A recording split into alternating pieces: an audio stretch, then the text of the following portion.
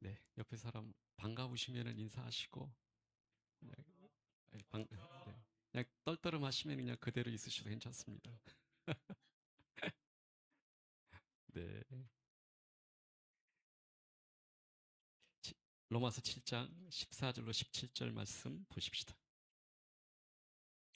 로마서 7장 14절로 17절 찾으셨어요? 어이, 엄청 빠르게. 아, 앞에가 있다는 거군요. 네, 제가 아직 이게 막 그 이 문명의 발달과 제가 아직 이질감이 있어요. 여기 켜져 있는지 몰랐어요. 같이 한번 읽어보십시다. 우리가 율법은 신령한 줄 알거니와 나는 육신에 속하여 죄 아래에 팔렸도다. 내가 행하는 것을 내가 알지 못하노니 곧 내가 원하는 것은 행하지 아니하고 도리어 미워하는 것을 행함이라. 만일 내가 원하지 아니하는 그것을 행하면 내가 이로써 율법이 선한 것을 시인하노니 이제는 그것을 행하는 자가 내가 아니요 내 속에 거하는 죄니라. 아멘. 아멘. 예수님을 믿으면은 삶이 확 바뀐다는데 바뀌어지나요? 어떠세요? 그래. 예, 사람마다 하나님께서 일하시는 방식이 다르죠. 인격적인 하나님이시고 우리가 인격을 품고 있기 때문에 이 사람마다 다루시는 방법이 다르시고 찾아오시는 방법이 다르신 것 같아요. 그런데 조금 우리가 어떤 큰 그림을 본다면은 어, 저에게 보면은 저는 그 날짜가 너무 정확해요. 그게 저한테는 너무 아주 임팩트한 시간이었어요. 2016년 8월 16일 그날에 어, 저한테는 그 하나님이 어떤 분인지에 대한 그 알고 싶은 그 욕망이 그날 일어나기 시작했어요. 그로부터 한 2년 반 정도 어, 하나님이 도대체 어떤 분이고 내가 이제까지 알고 있던 하나님이 어떤 분인지, 내가 혹시 뭐가 잘못됐는지, 뭐가 부족한지, 어, 성경을 읽기 시작하고, 그 2년 반 동안에 성경을 읽고, 또 그 발견하는 하나님,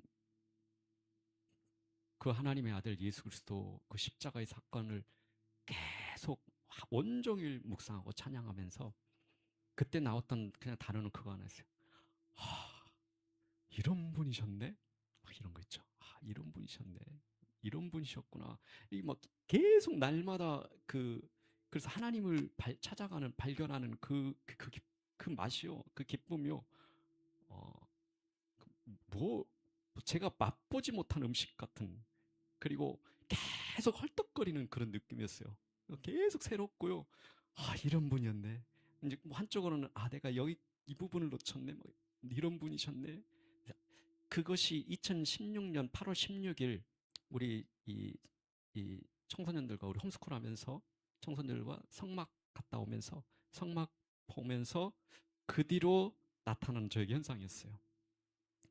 그리고 그 안에서 이제 2년 반이 지났는데 2019년 1월 21일 그날도 그날 저한테는 내적 치유라는 단어라고 제가 표현하는데 내적 치유가 일어나고 저는 2016년 8월 10일부터 한 2년 반 정도 지났잖아요.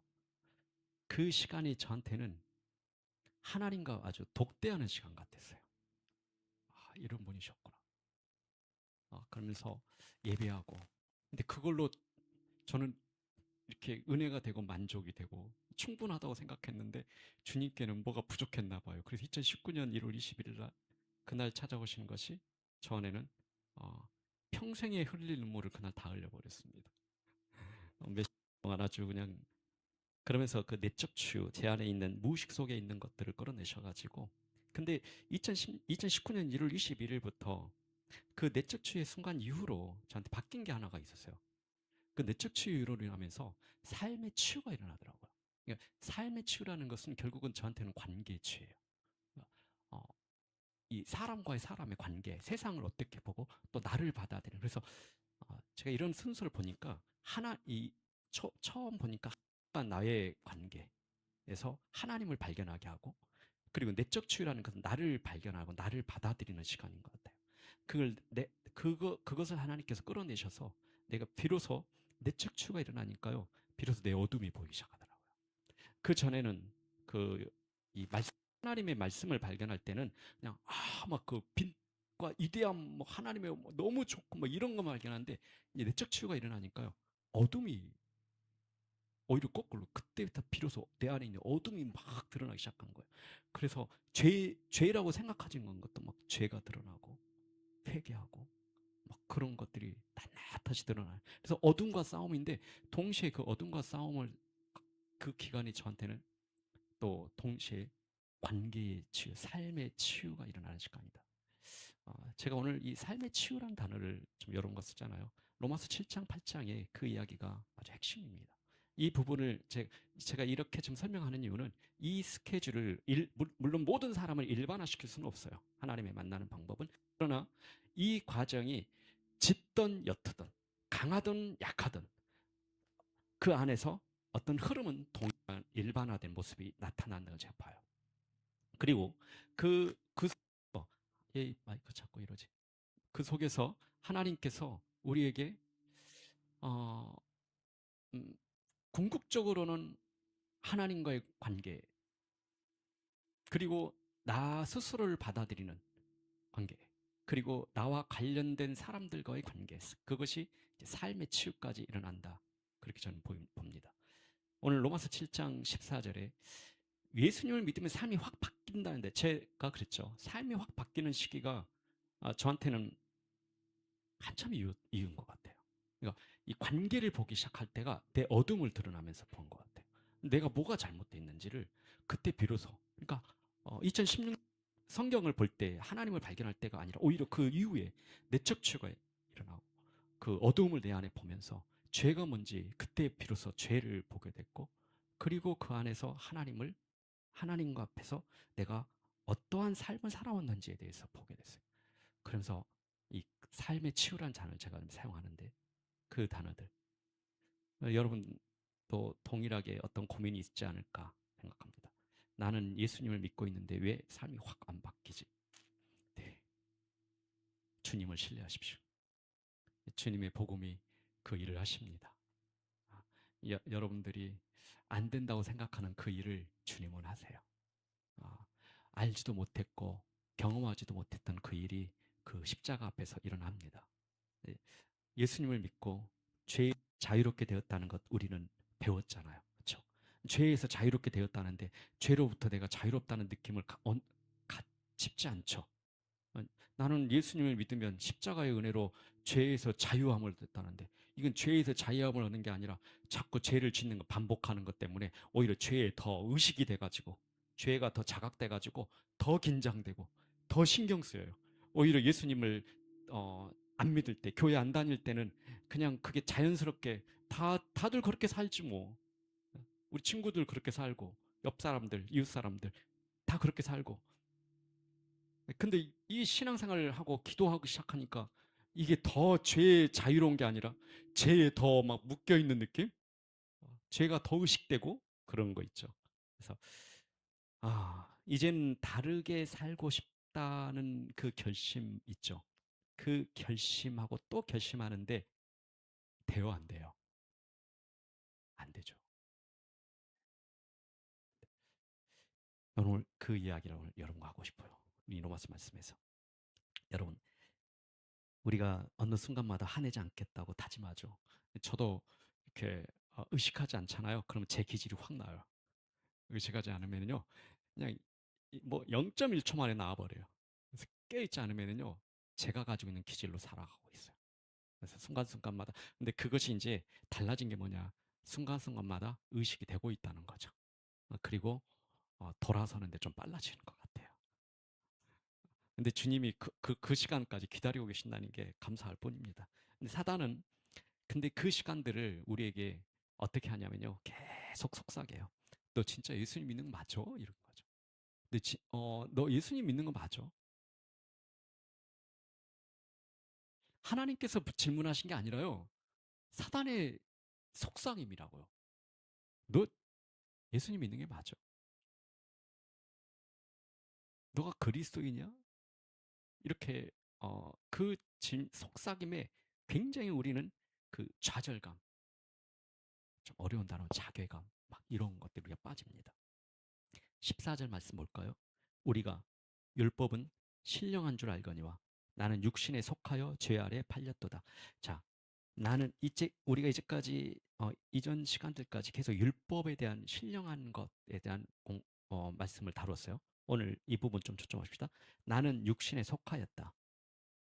나는 죄 아래 팔렸다. 어, 여러분 이럴 때 질문이 쏟아져야 돼요. 마음속에 질문이. 하나님, 나는 예수 그리스도를 믿으면 그리스도 안에서 거듭남 그리고 예배를 드리는 습관 그 믿는 자에게 그리스도 안에 있다고 말씀하셨는데 내가 왜 육신에 속하였고 그래 육신에 속하였단 말 제가 그래요. 제가 아직 땅에서 육체를 가지고 있기 때문에 그 육신이라고 생각한다고 해도 내가 죄 아래 팔렸다니 이게 무슨 말이에요? 내가 주님이 저를 십자가로 사신 거 아닙니까? 이거 지금 로마서 7장은 믿지 않는 사람들에게 이야기한 게 아니거든요. 믿음의 사람들에게 지금 이야기하고 있어요. 예배자들에게 이야기하고 있고요. 그리스도 안에 있는 사람들에게 지금 이야기하고 있는 거거든요. 로마서 7장은. 오늘 우리처럼 예배하고 있는 사람들이 이야기하고 있는 거예요. 그런데 왜 내가 죄 아래 팔렸다는 게 도대체 뭐예요? 죄에서 자유롭게 됐다는 건 그 은혜가 됐는데 왜 갑자기 죄에 팔렸다는 거예요? 이거죠. 나는 육신에 속한 자다. 제가 이 육신이란 단어를 조금 어렵지만 아마 우리 복음 설명서 오늘도 오후에 그 복음 설명서 잠깐 소개하는 시간도 갖잖아요. 우리 전사님께서 복음 설명서 그 책자의 5강에 그 새로운 갈등이라는 그 단원이 있는데 거기서 나오는 한 그 육신의 연약함을 나눌 때 육신이라는 단어 혹시 기억하시는지 모르겠어요. 여러분 혹시 기억하시나요? 사르키노스라고 혹시 공부하는데 기억하시는지 모르겠어요. 이 육신이란 단어가 사르키노스라는 원어예요. 원어. 헬러 원어로 사르키노스. 이거는 제가 여러분들에게 좀 어려운 단어인데도 설명한 이유가 있어요. 앞으로 이 7장 이후에 8장까지 가는데 굉장히 중요한 단어입니다. 그리고 조금 더 앞으로도 더 반복될지도 모르겠어요. 근데 이 단어가 어떠냐면요. 사르키노스란 단어는 내가 육신에 속했다는 거죠. 내가 사르키노스에 속해 있다. 이 말이 무슨 말이냐면 어, 성경에서는 이 육신이란 단어를 구별해요. 근데 여기서 사용하는 내가 육신에 속했다 이거는요. 내가 어떤 연약한 질그릇, 재질을 말합니다. 그 상태를 말해요. 우리가 하나님께서 우리를 만드신 그 상태가 뭐죠? 흙덩이잖아요. 흙덩이로 만들어진 아주 연약한 질그릇이에요. 하나님의 창조된 그 땅. 그런데 그 하나님 왜 연약하게 만드셨어요, 우리를? 아니요. 피조물이기 때문에 그 피조물 자체는 연약성이 있어요. 흙덩이기 때문에 연약하단 말이에요. 그 연약하는 그 속성 자체, 상태 자체를 사르킨노스라고 그래요. 그러면 하나님께서는 나 어차피 연약하게 창조됐네. 내가 죄질 수밖에 없네. 예수님 믿으면서도 죄 짓는 거 당연한 건 이게 아니에요. 창세기에서 창조하실 때 사르키노스 그 연약한 흙덩이 상태지만은 그 흙덩이가 하나님의 형상으로 된 이유가 뭐였어요? 하나님께서 어떻게 해요?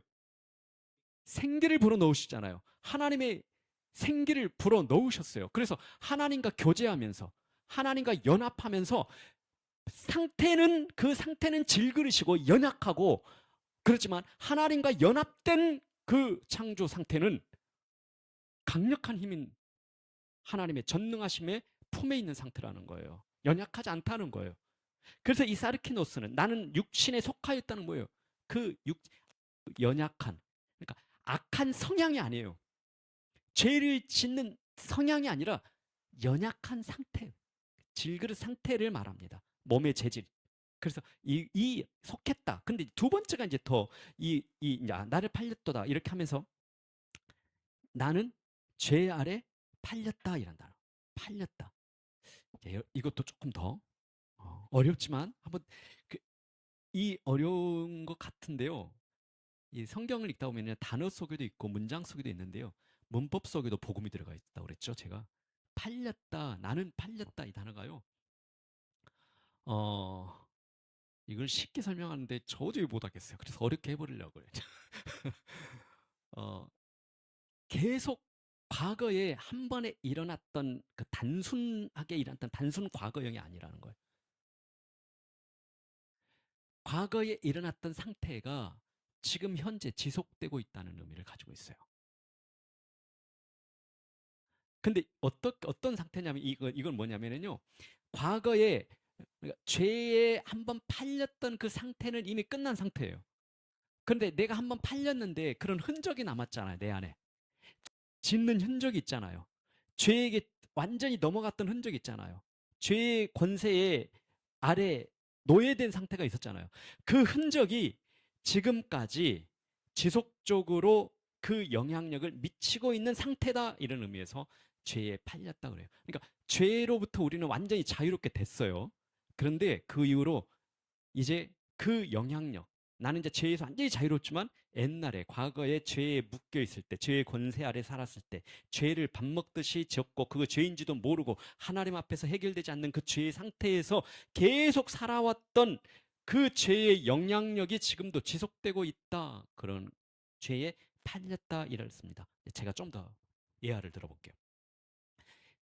만약에 우리가 이제 이 손이 제가 이제 이 손목이 부러졌다고 한번 생각해 보세요. 그래서 힘줄이 완전히 끊어졌어요. 그런 분 있으시나요? 아직 없군요. 예, 계속 없기를 축복합니다. 끊어졌어요. 그래서 병원에 가서 급하게 이게 밥수술을 했어요. 그러면 이 손은 수술 이후에 이 손이 접합이 됐다는 걸 뭐합니까? 수술이 잘 됐어요. 그러면 이 손은 건강한 상태가 됐죠. 맞습니까? 그런데 수술 이후에 이렇게 이게 들려질려나 모르겠습니다. 이렇게 이제 이 팔을 수술을 하고 어 이렇게 접합을 힘줄도 접합을 했는데 이제 의사가 다 수술 잘 됐다고 그랬어요. 그럼 수술 잘 된 거죠. 그럼 수술 잘 됐다고 하고 의사가 이 컵을 한번 안 들어지네. 네, 아직 제가 안 들어지는가 봐요. 예, 이 컵을 들어보라고 하는데 드는데 막 손이 막 떨리는 거예요. 다치기 이전에 하고 상태와 다르게 손이 막 떨려요. 그래서 낙심하는 거예요. 아니, 의선생님이 분명히 이 손은 다 나았다고. 이제 그 힘줄도 다 붙었고, 정상적으로 수술도 잘 됐고, 이제 괜찮다. 그랬는데, 이 손에 힘이 안 가고, 손이 막 덜덜 떨리고, 이런 상태예요.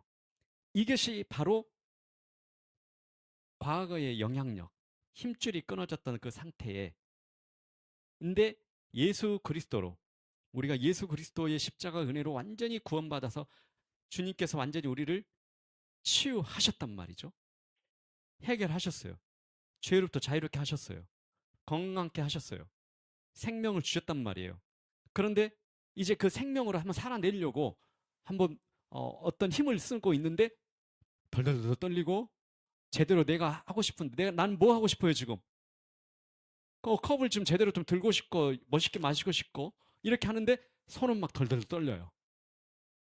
우리가 예수님을 믿으면서 이제 예수님을 내가 은혜 받았고 거듭났고 죄로부터 자유롭게 됐다고 하는데 십자가의 능력이 있다고 하는데 말씀의 은혜를 받았는데 이제 제대로 한번 좀 이렇게 한번 내가 원하는 거 있잖아요. 나 이렇게 한번 살아보고 싶어. 여러분 있죠? 내가 이렇게 한번 살아보고 싶어. 그 원하는 것으로 살려고 한번 힘을 쓰는데 어떤 상태예요? 덜덜 떨린다는 거죠. 원하는 대로 안 올려지고 막 손은 덜덜 떨리고 이게 왜 그러는지. 그래서 이게 계속 시간이 지속되니까 이거 이렇게 하니까 어때요? 마음에 낙심이 되기 시작하는 거예요. 이 사람은 치유된 겁니까? 안 치유가 아직 선이 어떤 상태예요, 지금? 수술됐어요? 건강한 상태입니까? 아니에요? 의사는 뭐라고 그랬어요? 치유? 됐다고 그래요? 아직 안 됐다고 그래요? 예, 수술이 됐다고 그럽니다. 그런데 수술 이후에 뭐가 필요한 거예요, 지금? 재활이, 치료의 기간이 필요한 거죠. 제가 아까 삶의 치유라는 단어를 쓸 때가 바로 이겁니다. 치유의 기간이 필요하거든요. 근데 이 기간을 사단은 가만히 놔두질 않아요. 계속 정죄합니다. 그래서 내가 받은 그 십자가의 능력을 약하게 만들어버려요. 아무것도 아닌 것처럼 만들어요. 그래서 우리가 원하는 것이 있는 것. 이렇게 살고 싶어. 그러면 그렇게 한번 살아봐. 네가 예배도 드렸는데 십자가 능력이라는데 한번 살아봐. 근데 우리는요 덜덜 떨리고 또 스톱을 떨어뜨리고 그래요. 그러면 그때마다 바로 달려가지고 봐봐. 안 되지. 네가 생각하는 십자가의 능력이라는 게 그렇게 네가 원하는 것대로 그런 것들은 아닌가 봐. 네가 좀 더 다른 신앙을 노력을 한번 해봐야 되지 않겠니? 이렇게 하는 거예요. 십자가의 능력을 지금 다 어떻게 해요? 무너지게 하고 있는 거예요. 사단이 하는 일이 그겁니다. 여러분, 십자가의 능력은 완전합니다. 완전해요. 처음 수술도 완전했고요. 그 수술 후의 기간도 하나님의 완전하게 이끌어 가십니다. 제가 그렇죠. 하나님과의 만나는 그 기간, 그 온유하게 저를 찾아오시고 가르치시는 기간, 내적 치유의 기간, 그렇죠? 내적 치유하면서 어둠을 밝히는. 왜 이제서야 자꾸 그 어두운 것들을 끌어내셔가지고 아프게 하시는지. 막 그때 2019년 1월 21일 막 그 기간 한동안 또 됐어요. 그런데 동시에 삶의 치유가 하나님께서 하나님의 스케줄을 완전했어요. 온유하게 찾아오시는 주님.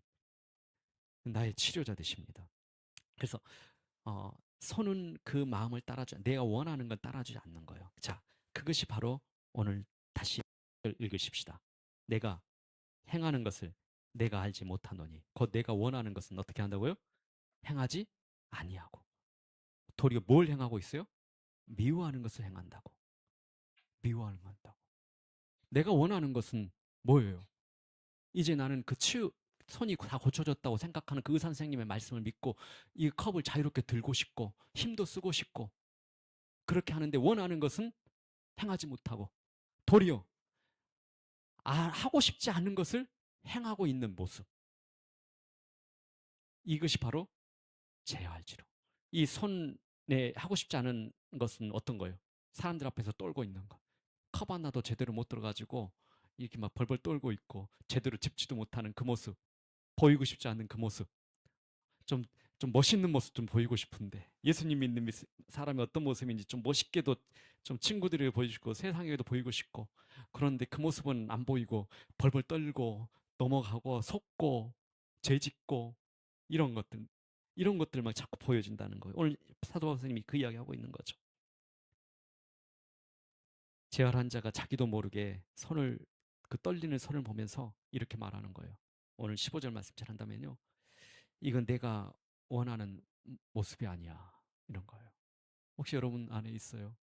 오늘 그 나눈 질문지 안에도 그런 비슷한 이야기가 제가 질문지에도 써놨는데 이건 내가 원하는 모습 아니야. 혹시 있습니까?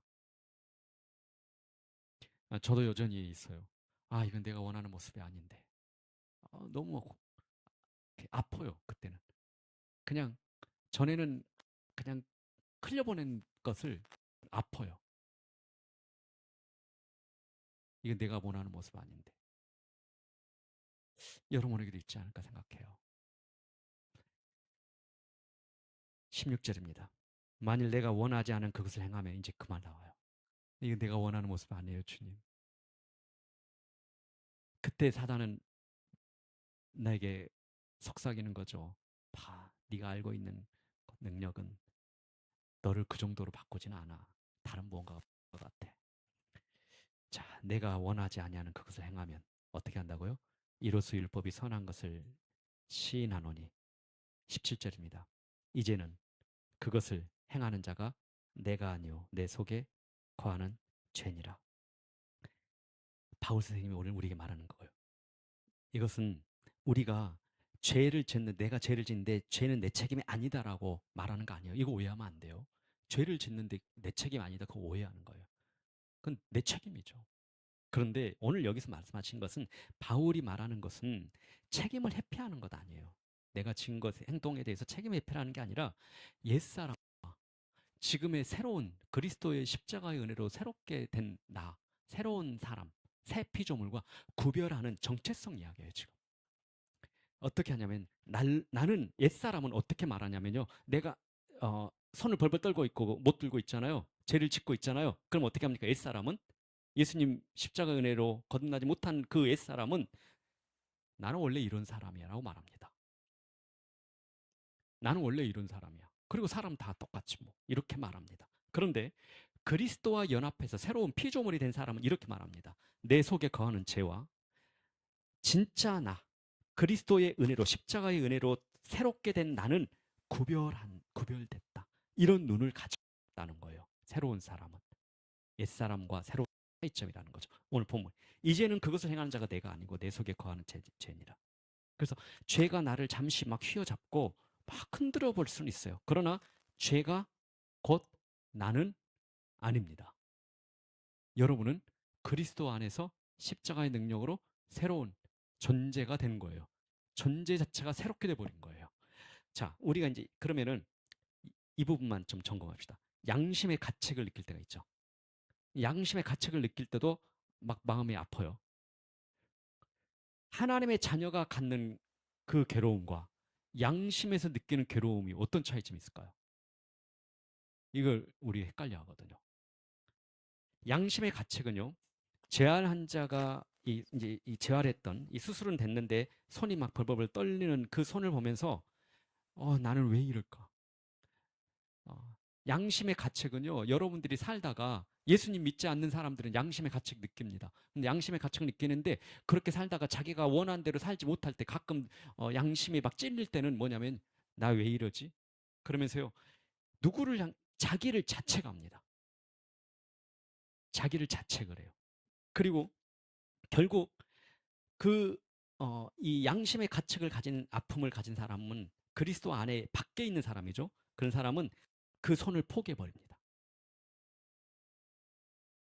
그걸 그냥 포기해 버린다고요. 포기하고 아예 쓰지 않으려는 것과 같아요. 양심의 가책은. 그래서 아예 포기해 버려요. 그러나 그리스도 안에 있는 하나님의 자녀가 겪는 그 죄를 달라요. 그거는